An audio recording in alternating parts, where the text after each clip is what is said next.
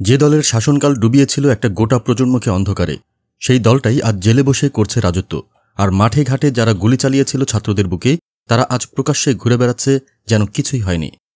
কারাগারের তালার চাবিটাও যেন এখন তাদের হাতে। প্রশ্ন একটাই, এই নীরবতা কার? অন্তর্বর্তী সরকার কি হার মানল, নাকি সবকিছুই চলছে নতুন কোনো ছকের অংশ হিসেবে? জুলাই অভ্যুত্থানের পর মানুষ যখন বিচার আর পরিবর্তনের স্বপ্ন দেখছিল, তখন ময়মনসিংহ কেন্দ্রীয় কারাগারে যা ঘটছে তা কোনো সিনেমা নয়, এটা আমাদেরই বাস্তবতা। শতাধিক আওয়ামী নেতা আর সন্ত্রাসী এখন ওই কারাগারে বসে বিলাসবহুল জীবনযাপন করছেন। কোটি টাকার লেনদেন চলছে রীতিমতো ওপেন মার্কেটে। যেখানে তাদের হতো কাঠগড়ায়, সেখানে চলছে রীতিমতো উৎসব। দেয়ালে পিঠ ঠেকে যাওয়া ছাত্রদের গায়ে যারা গুলি চালিয়েছিল, তাদের অনেকেই এখন মুক্ত। ইমিগ্রেশন সেরে বিদেশে পাড়িও দিয়েছে। কেউ কেউ আবার ফেসবুক লাইভে এসে বলছে, আমরা আবার আসছি। এই আবার আসার অর্থ কি সবাই ঠিকঠাক বুঝছে? প্রশাসন কি সবকিছু জানে না, নাকি জানার পরও চোখ বন্ধ করে রেখেছে?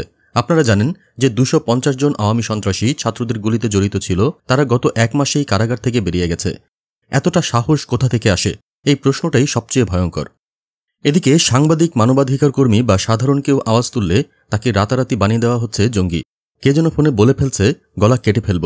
আন্দোলনের নেতৃত্ব দানকারীদের নাম দেয়ালে লিখে দেওয়া হচ্ছে, মরার জন্য প্রস্তুত হও।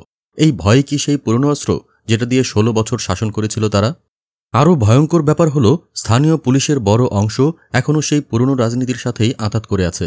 তারা শুধু অভিযোগ ফেলে দিচ্ছে না, বরং আগেভাগেই তথ্য ফাঁস করে দিচ্ছে অভিযুক্তদের। আপনি কি ভাবতে পারেন, সেই পুলিশই বলছে পোস্ট ডিলিট করে দাও, না হলে বিপদ আছে। এই প্রশাসন কার? জানা গেছে একজন ডিআইজি, যিনি হয়তো কিছুটা চেষ্টা করেছিলেন সত্যের পক্ষে দাঁড়াতে, তাকে 2 কোটি টাকার প্রস্তাব দেওয়া হয়েছিল। প্রস্তাব ফিরিয়ে দেওয়ার পর তার অফিস ঘিরে ধরেছিল ছাত্রলীগের একদল সমন্বয়ক নামধারী লোক। তারা চিৎকার করে বলেছিল, পদত্যাগ করো। আর আজ তাদের কারও কিছু হয়নি, বরং ডিআইজি অপমানিত হয়ে ফিরে গেছেন নীরবে। কারাগার মানে যেখানে একসময় অপরাধীরা শাস্তি পেত, সেই কারাগারেই আজ আওয়ামী নেতারা করছেন রাজনৈতিক মিটিং। হাত পা ম্যাসাজ করাচ্ছেন সাধারণ কয়েদিদের দিয়ে।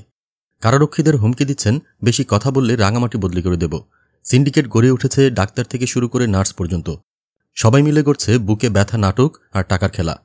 আর শুধু এ পর্যন্ত নয়, জেল থেকে গোপনে রাতে মুক্তির ব্যবস্থা হচ্ছে 50,000 টাকায়। দেয়ালের জানালা দিয়েই বিশেষ সাক্ষাৎ, ডেপুটি জেলাররাই ব্যবস্থা করে দিচ্ছেন। এটা কি কারাগার নাকি ভিআইপি রিসোর্ট? আর এসবের মধ্যেই একের পর এক হুমকির মুখে পড়ছেন ছাত্র জনতার সমন্বয়কারীরা। ছুরিকাঘাত, ফোনে হত্যা হুমকি, দেয়ালে লেখা, সব চলছে প্রকাশ্যে। কিন্তু পুলিশ, তারা ক্লু খুঁজে পায়নি। বরং অভিযুক্ত বদরুল আমিন এখনও পুলিশের সঙ্গে রাতভর আড্ডা দিচ্ছেন থানায়। 16 বছরের অন্যায়ের দায় কি শেষ হয়নি?